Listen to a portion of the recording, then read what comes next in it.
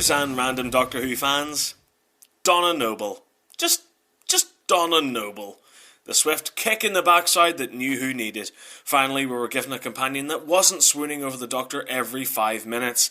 She treated him like a friend. She challenged him, questioned him, had a laugh and enjoyed their adventures together. In short, she was an actual companion, and if anyone deserved a figure, it was her. Fortunately, Character Options agreed, and in 2008 a figure of Donna was released. Now, the packaging for the Series 4 figures was greatly upgraded and much more streamlined. Now the figure was sealed entirely in plastic as opposed to the card backings of the Series 1 to 3 figures. The design of the time vortex had changed around the edges, and the section at the bottom displaying the picture and name of the figure had been given a hexagonal redesign. The packaging still retains the police box window display theme, but the background is now purple, which was the colour code for the Series 4 figures. So here we have Donna, wearing her Planet of the Ood outfit, and I have to admit the face sculpt is pretty good. Really good, actually. It definitely does look like Catherine Tate. The proportions of her facial features are almost perfect. The shape of her cheekbones, her mouth, her eyes and nose are all great. Even her forehead is impressive. A sentence I never thought I'd say, but here we are. Her eyebrows are present and the hair sculpt is fantastic, some of character's best work. The paint on the hair is a nice mix of ginger and brunette to bring out Tate's hair colour, and the mould replicates her curled hairstyle nicely. On the torso, she is sporting her thick brown overcoat, which is made from soft plastic. The lapels and lining have that thick fur design, which is complemented by the spurring addition of silver and grey-blue paint. You can see the toggles hanging down at one side of the coat, and at the back there's a large hood hanging down. The sculpt of which is perfect and looks like it's made of actual folded material. Of course, character's patented wrinkles and creases make a return, but sparingly, which is great as the coat in the show didn't actually wrinkle too much due to the material it was made from. So instead the coat is wrinkled in certain areas that are affected by the shape of Donna's body, and are flatter in the areas that are hanging freely. The seams from where the coat is held together by its stitching is also present and adds additional realism to the figure. Taking a look at her neck, you can see a little necklace hanging there, just like in Planet of the Ood. The pattern on her dress looks great. Not only has the design been printed onto the plastic, but also moulded on in certain places, which works well in certain lighting conditions. The legs look good as well, with much more of that wrinkled and creased texture present, and just like the Martha figure, the paint apps really make it look like the figure is wearing jeans. At the bottom of the leg, some basic black shoes are present, but again lack a peg hole, and hey, look at that, legal garb, what a surprise. So overall, I'm highly impressed with the detail on this figure.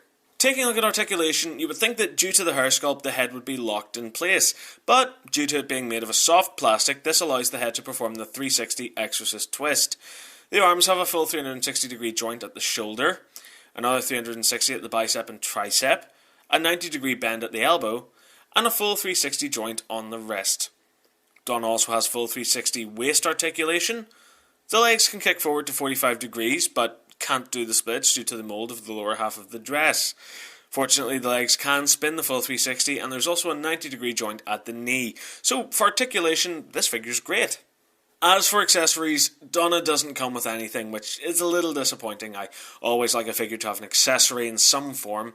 There was a re-release of the figure which came with a part of the Build-A-Vespa form figure from the Unicorn and the Wasp, but technically that doesn't really count as an accessory, does it? If there's anything you would like to have seen Donna come with accessory-wise, let me know in the comments section.